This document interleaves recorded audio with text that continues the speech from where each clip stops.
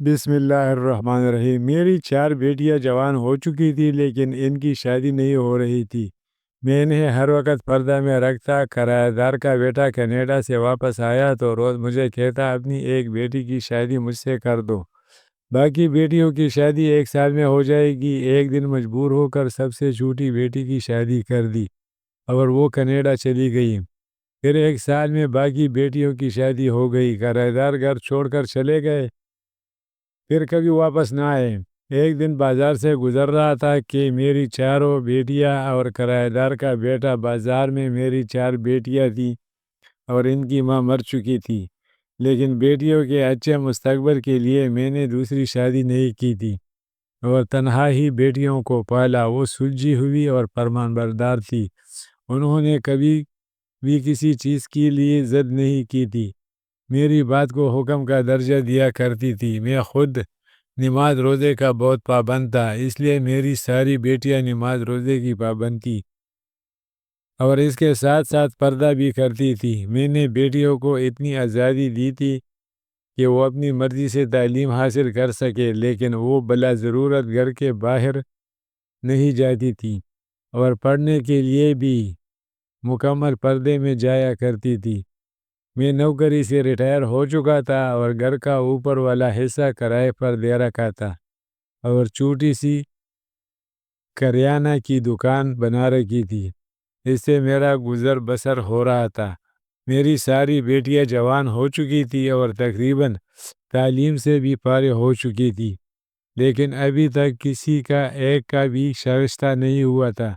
گھر میں کوئی عورت تو تھی نہیں جو آگے پیچھے رشتے کی بات کرتی اور رشتہ کروانے والے ایسے عجیب و غریب رشتے بتاتے کہ ان کے لیے میرا دل مطمئن ہی نہیں ہوتا تھا، اور جو اچھے رشتے آتے ان کی ایک ہی شرط ہوتی تھی کہ لڑکی پردہ نہ کرے، اور جو دیندار گھرانوں کے رشتے آتے وہ ایسے ہوتے وہاں مجھے بیٹی دینے کا دل نہیں کرتا۔ اس لیے میری 4 بیٹی ابھی تک کنواری تھی اور میں ان کی طرف سے بہت ہی زیادہ پریشان بھی تھا کہ جوان بیٹیاں گھر میں ہوں تو والدین کو پریشانی ہوتی ہے۔ ہمارے کرایہ دار بس 2 میاں بیوی تھے اور وہ بھی بڑی عمر کے تھے، اس لیے مجھے ان کی طرف سے کوئی مسئلہ نہیں تھا۔ ویسے بھی گھر میں آنے جانے کے لیے باہر سے ایک راستہ تھا اور ان کے گھر میں موجود ہونے کی وجہ سے مجھے بھی تسلی رہتی تھی کہ بیٹیاں گھر میں اکیلی نہیں ہے۔ ایک دن ان لوگوں کا اکلوتا بیٹا کینیڈا سے پڑھ کر واپس آیا، لیکن وہ بھی اچھا لڑکا تھا، نظر باز قسم کا نہیں تھا۔ مجھے اس کے کردار کا 1 ہفتے میں ہی اندازہ ہو گیا، اس لیے مجھے ان کی طرف سے بھی تسلی ہو گئی۔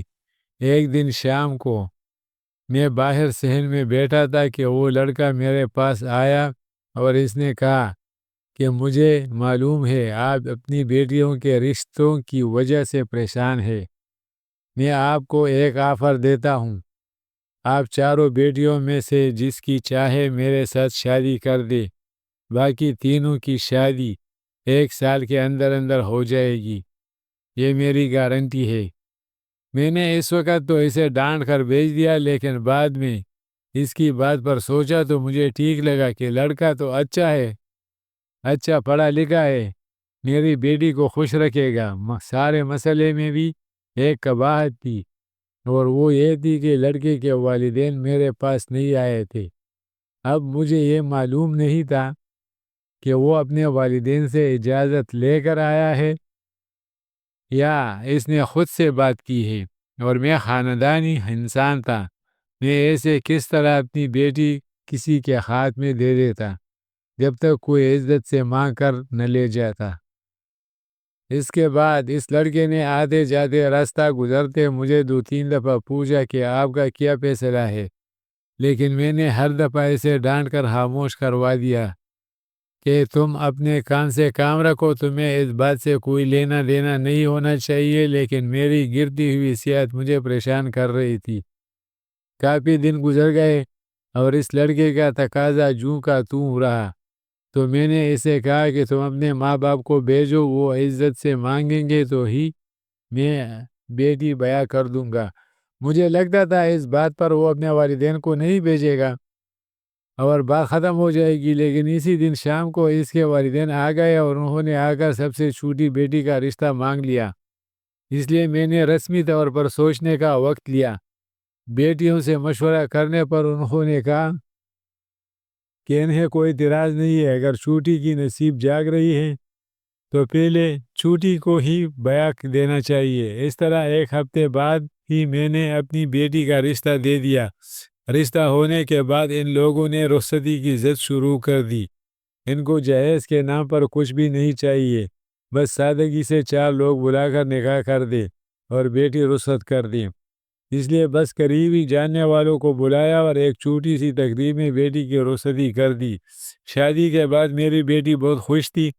اس کا میرے گھر میں بھی آنا جانا رہتا ہے۔ اس کے سسرال والے بھی اس سے بہت خوش تھے، اس کا شوہر بھی، کیونکہ وہ ہمارے رشتہ دار ہو گئے تھے۔ اس لیے وہ کھلے عام ہمارے گھر آ جاتا تھا، لیکن میری بیٹیاں ابھی بھی اس سے پردہ کرتی تھی۔ چھوٹی بیٹی کی شادی کے 3 ماہ بعد ہی سب سے بڑی بیٹی کا بہترین رشتہ آ گیا۔ میں تو حیران تھا کہ جس طرح میرے داماد نے کہا تھا ویسے ہی ہو رہا ہے۔ اس کے سسرال والوں کو بھی شادی کی جلدی تھی، لیکن جہیز سے ان لوگوں نے بھی سختی سے منع کر دیا تھا۔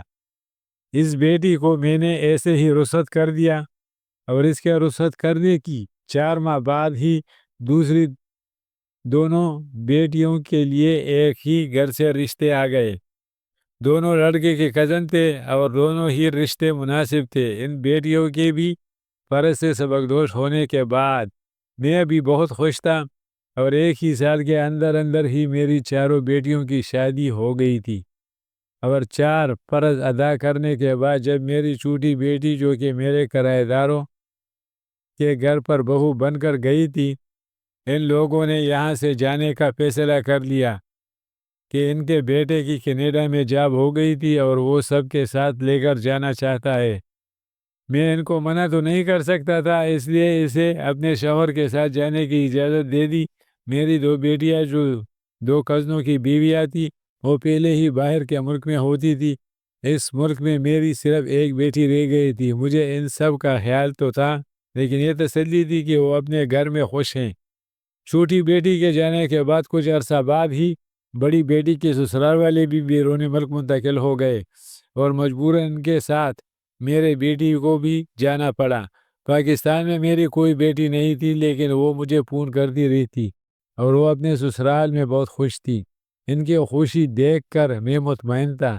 بس کبھی کبھار دل چاہتا تھا کہ ان سے ملوں، لیکن اتنی دور جانے کی استطاعت نہیں تھی اور ویسے بھی وہ الگ الگ ملکوں میں تھی۔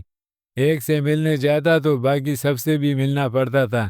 مجھے لگتا تھا کہ میرے پاس زیادہ وقت نہیں ہے۔ میری صحت ٹھیک نہیں رہتی تھی۔ میں نے گھر میں ایک ملازم لڑکا رکھ لیا تھا۔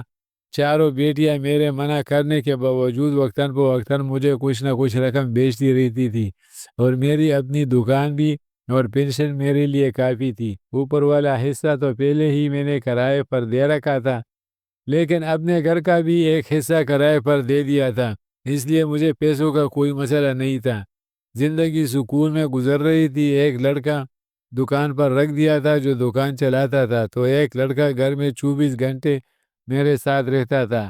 ایک عورت ہفتے آتی تھی اور ہم دونوں کے کپڑے دھویا جایا کرتی تھی۔ باقی کھانا بنانا، گھر کی صفائی وہ لڑکا کرتا تھا۔ مجھے اپنے بیٹوں کی طرح لگتا تھا، لیکن بیٹیوں سے ملنے کی حسرت دل میں رہتی تھی۔ ہر وقت بیٹیوں کی باتیں کرتا رہتا تھا۔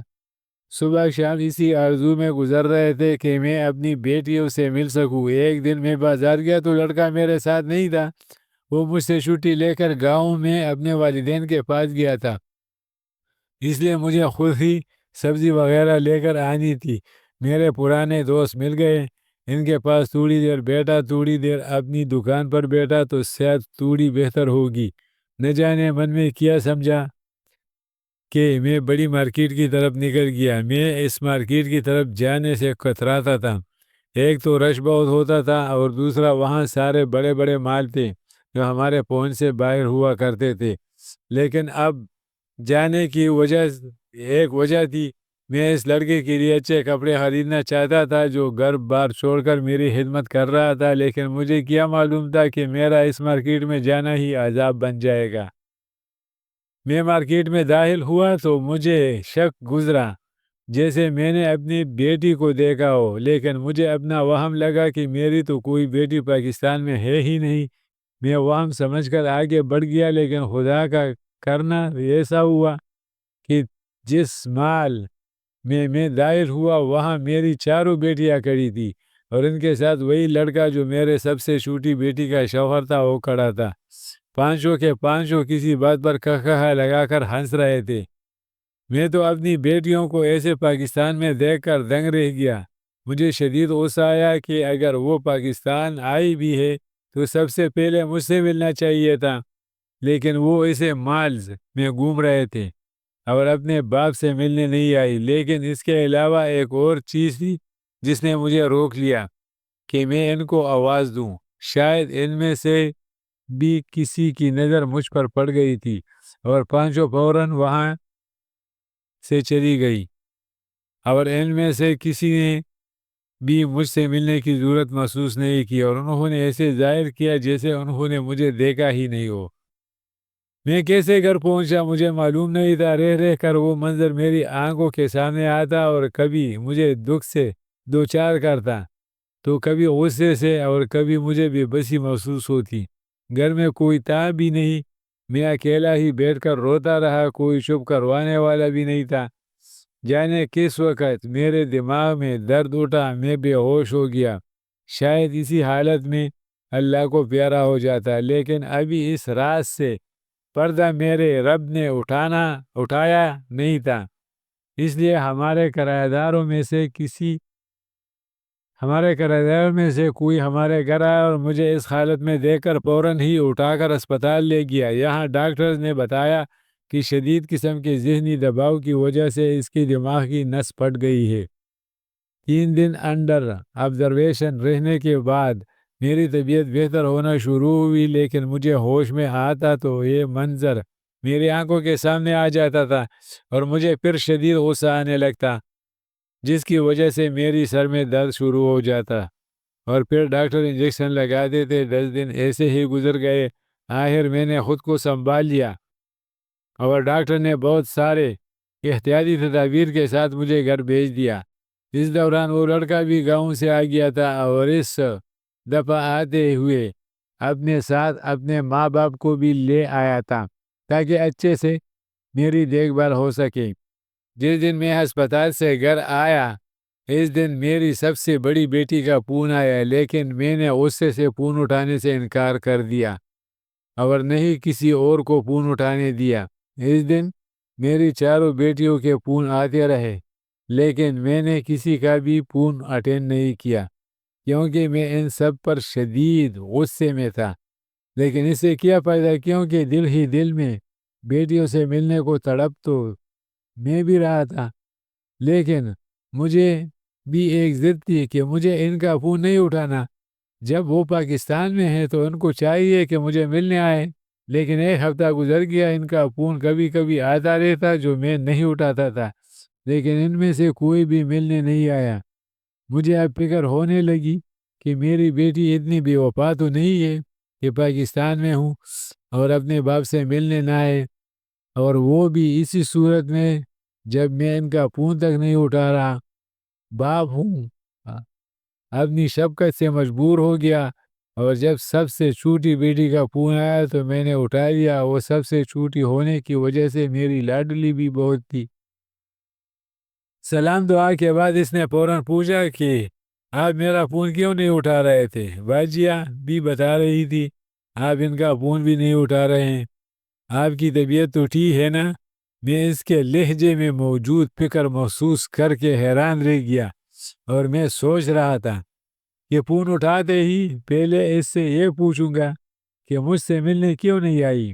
اس کے لہجے میں موجود فکر اور طرب نے مجھے پریشان کر دیا کہ میری بیٹی اگر مجھ سے اتنا پیار کرتی ہے تو آخر ایسی وجہ ہی کیوں مجھ سے ملنے نہیں آتی ہے۔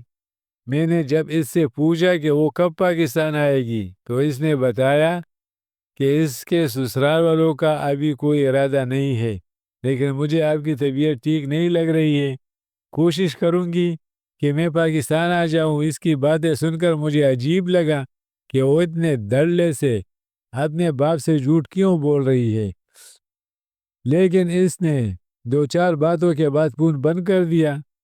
اب میں نے سوچا کہ مجھے باقی سب سے بھی بات کرنی چاہیے، ان میں سے کوئی تو سچ بولے گا۔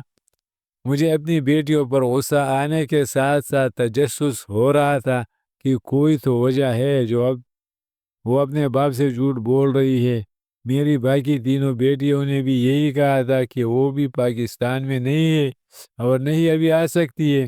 اگر میں نے خود اپنی آنکھوں سے ان کو دیکھا نہ ہوتا تو شاید یقین کر لیتا کہ میری بیٹیاں نہیں تھی وہ، کیونکہ ان کے لہجے سے بالکل بھی ایسا محسوس نہیں ہو رہا تھا کہ وہ جھوٹ بول رہی ہے یا ان کو میری فکر نہیں ہے، بلکہ وہ سب تو میری طبیعت خراب کا سن کر پریشان ہو گئی تھی اور میرے پاس پہنچنا چاہتی تھی۔ مجھے بالکل سکون نہیں آ رہا تھا، دل چاہتا تھا کہ فوراً ایک دفعہ بیٹیاں سامنے آئے اور ان کو گلے سے لگا لوں، اور مجھے خود پر بھی غصہ آ رہا تھا کہ ماں نے بیٹیوں کو دیکھ کر مجھے وہی ان کو بلا لینا چاہیے تھا، وہاں تو میرے سامنے جھوٹ نہ بول سکتی۔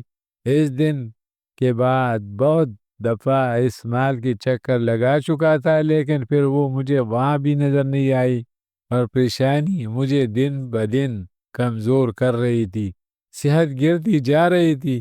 میرے کرایہ دار، میرے گھر کا کام کرنے والے سبھی مجھ سے بہت پیار کرتے تھے اور میرا بہت ہی خیال رکھتے تھے، لیکن ان سب کی موجودگی بھی میری بیٹیوں کی برابر نہیں ہو سکتی تھی۔ ایک دن میں ویسے ہی بازار گھوم رہا تھا، یا شاید دل میں یہ خیال بھی تھا کہ ایسے ہی آگے مجھے میری بیٹی نظر آئی تھی تو اب بھی نظر آ جائے گی، لیکن ہوا یوں کہ میری طبیعت پہلے ہی خراب تھی۔ بازار میں گرمی میں گھومنے کی وجہ سے میرا بی پی لو ہونا شروع ہو گیا اور مجھے محسوس ہونا شروع ہو گیا کہ اب مزید نہیں چل سکتا۔ اس لیے میں پاس کے ہوٹل میں گیا، وہ 5 اسٹار ہوٹل تھا، لیکن مجھے کھانا نہیں تھا اور قریب ترین ہوٹل وہی تھا۔ اس لیے میں اس ہوٹل میں چلا گیا، جا کر بیٹھا تو ہوٹل کے قانون کے مطابق ویٹر میرے سر پر سوار ہو گیا۔ میں نے اسے اچھا سا جوس لانے کو کہا اور ٹیبل پر پہلے سے موجود جگ میں سے پانی ڈال کر پیا تو طبیعت کچھ بحال ہوئی۔ اب میں نے غور کرنا شروع کیا، یہ کوئی بہت ہی اعلیٰ ہوٹل تھا، ہر طرف سوٹ میں ملبوس لوگ نظر آ رہے تھے، لیکن مجھے کسی سے کیا لینا دینا تھا؟ میں تو صرف جوس کے انتظار میں تھا کہ طبیعت کچھ بحال ہو۔ تھوڑی دیر میں ہی ویٹر جوس لے کر آ گیا۔ میں نے جوس پی کر بل ادا کیا، لیکن چلتے چلتے میری نظر دوسری منزل کی بالکونی میں پڑی اور وہ منظر دیکھ کر میں وہیں جم گیا۔ اس بالکونی میں میز کے گرد میری چاروں بیٹیاں بیٹھی ہوئی تھی۔ میں نے موقع غنیمت جانا اور تیزی سے سیڑھیوں کی طرف بڑھ گیا۔ ان کو تو شاید خیال بھی نہیں ہوگا کہ اس ہوٹل میں ان کا باپ بھی آ سکتا ہے۔ میں تیزی سے اوپر گیا اور سیدھا ان کے ٹیبل کی طرف بڑھا۔ وہ مجھے دیکھ کر پریشان ہو گئی، لیکن ایسے ظاہر کیا جیسے مجھے جانتی نہ ہو۔ میں نے ان سے بات کرنے کی کوشش کی تو ایک بیٹی نے مجھے سختی سے یہاں سے جانے کو کہا اور چپکے سے ایک کاغذ میرے ہاتھ میں پکڑا دیا جس پر لکھا تھا، آپ اپنے گھر چلے جائیں، ہم لوگ گھر آتے ہیں اور گھر آ کر بات کریں گے۔ انہوں نے آنکھوں میں وعدہ کیا کہ وہ ضرور آئے گی اور آج ہی آئے گی۔ میں جلدی سے گھر چلا جاؤں۔ میں خوشی خوشی گھر آیا۔ اب میں بے چینی سے انتظار کر رہا تھا۔ تھوڑی دیر بعد ایک ٹیکسی سے دو بیٹیاں آئی، انہوں نے مکمل برقع لیا ہوا تھا۔ ان کے آنے کے بعد 10 منٹ بعد ہی دوسری ٹیکسی آئی اور اس میں میری دو بیٹیاں بیٹھی ہوئی تھی۔ وہ بیٹیاں جنہوں نے ہوٹل میں مجھ سے اجنبیوں والا سلوک کیا تھا، وہ آتے ہی مجھ سے لپٹ گئی اور رونے لگی۔ مجھے سمجھ نہیں آ رہی تھی کہ میں اب ان سے کیسا سلوک کروں، کیونکہ میں ان سے غصے میں تھا، لیکن جس طرح وہ مجھ سے لپٹ کر رو رہی تھی مجھے یوں لگ رہا تھا جیسے اپنے باپ کے سینے سے لگ کر اپنی بے بسی کا اظہار کر رہی ہو۔ بہت دیر بعد جب جذبات تھوڑے کم ہوئے، سب کو پانی پلانے کے بعد، میں نے ان سے پوچھا کہ یہ سب کیا سلسلہ ہے؟ وہ پاکستان میں ہوتے ہوئے بھی اپنے باپ سے ملنے کیوں نہیں آتی، اور وہ پاکستان میں کیوں ہیں جبکہ ان کا سسرال والے باہر ہوتے ہیں؟ انہوں نے کہا کہ آپ سمجھ لیں کہ آپ کی بیٹیاں باہر ہی ہوتی ہیں، ہم جان بوجھ کر آپ سے ملنے نہیں آتی تھی کیونکہ اس صورت میں ہم آپ کی جان کو خطرے میں نہیں ڈال سکتی تھی، لیکن آج آپ کو دیکھنے کے بعد خود پر قابو نہیں آ رہا اور مجبوراً ہمیں یہاں آنا پڑا۔ اب اس کے بعد آپ کے ساتھ کیا ہوگا ہم کچھ نہیں کہہ سکتی۔ مجھے ان کی باتیں سن کر عجیب لگا کہ ایسے بھی کیا بات ہے کہ وہ ایسی بات کر رہی ہے، وہ آخر بیٹیوں کا اپنے باپ سے ملنے میں ایسی کیا قباحت ہے کہ میری جان کو خطرہ لاحق ہو جائے گا۔ اس کا جواب ان سب کے پاس ہی تھا، اس لیے میں نے ان سے ہی پوچھ لیا کہ آخر بات کیا ہے۔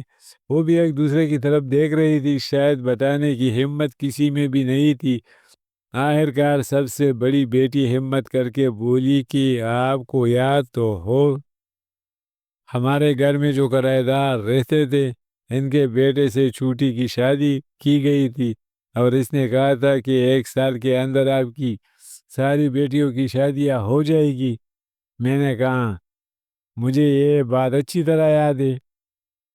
تو اس نے کہا کہ بات کچھ ایسی ہے کہ ایک دن ہم چاروں صحن میں بیٹھی ہوئی تھی تو اوپر سے اس کی نظر ہم پر پڑ گئی، اور ہماری خوبصورتی کو دیکھ کر ہی اس نے یہ پلان بنایا تھا۔ ہم کیونکہ مکمل پردے میں رہتی تھی اس لیے ہمارے ارد گرد کے لوگوں نے بھی ہمیں نہیں دیکھا ہوا تھا، کوئی رشتہ دار تو ہمارا تھا ہی نہیں۔ دوستی جو تھی وہ بھی کالج یونیورسٹی تک تھی، کوئی بھی ایسی دوست نہیں تھی جو ہمیں گھر تک جانتی ہو۔ اس لڑکے نے 1 ہفتے کے اندر ہماری ساری معلومات لے لی، پھر اس نے پلان بنایا اور آپ کو رشتہ کروانے پر مجبور کرنے لگا۔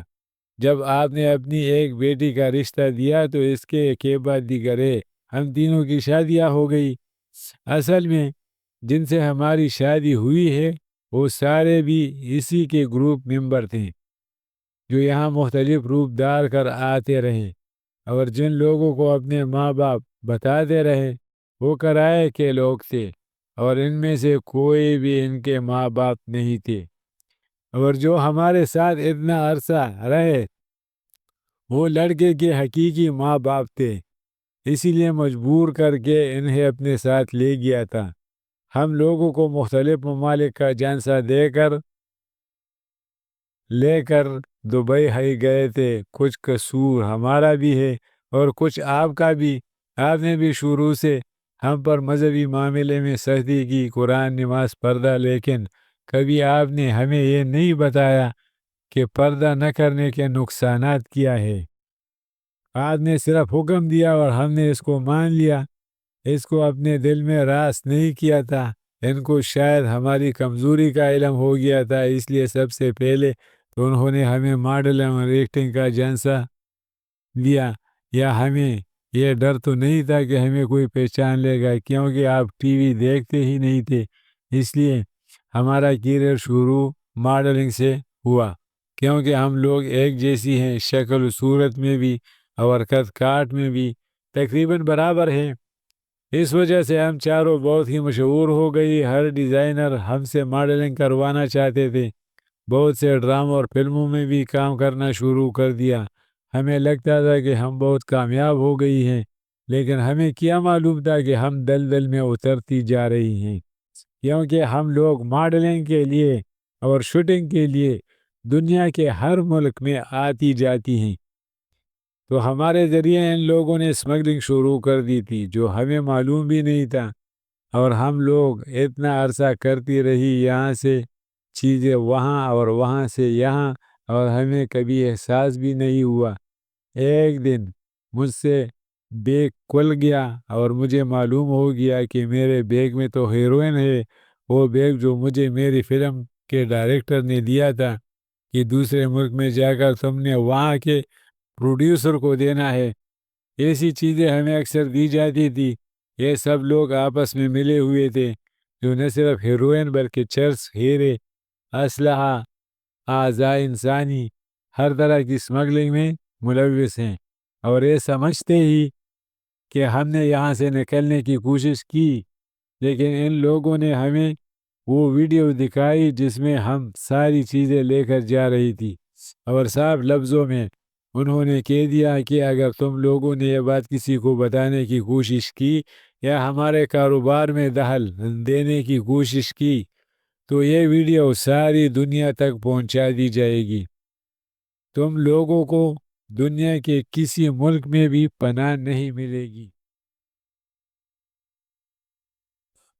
انٹرپول تم لوگوں کے پیچھے پڑ جائے گی۔ ان لوگوں نے ذہن میں جو اپنی بیٹیوں کے نفرت غصہ پیدا ہو گیا تھا اب ہمدردی میں بدل گیا تھا۔ وہ تو مجھ سے مل کر چلی گئی، لیکن میں باپ تھا کیسے ہاتھ پہ ہاتھ رکھ کر بیٹھا رہتا۔ میں نے اپنی ساری زندگی کے تعلقات استعمال کیے اور قانون تک سچائی پہنچانے کی کوشش کی، لیکن جو میرے بیٹیوں نے کہا تھا وہی ہوا۔ الٹا مجھے اور میری بیٹیوں کو بھی دھمکیاں ملنے لگی۔ اس لیے میں چپ ہو کر بیٹھ گیا اور اپنا معاملہ اللہ پر چھوڑ دیا۔ اللہ میری بیٹیاں اندر ہی اندر ان لوگوں کے بارے میں ثبوت جمع کرنے میں لگی تھی، لیکن اللہ کا انصاف بالکل الگ ہوتا ہے۔ اس گروہ کے اندر ہی بغاوت پیدا ہو گئی اور وہ دو گروہوں میں تقسیم ہو گئی۔ دونوں گروہوں نے باری باری قانون کو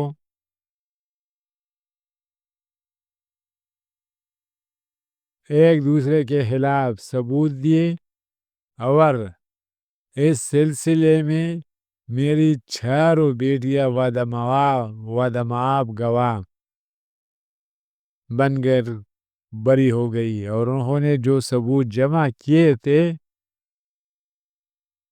وہ سارے عدالت میں پہنچا دی گئی۔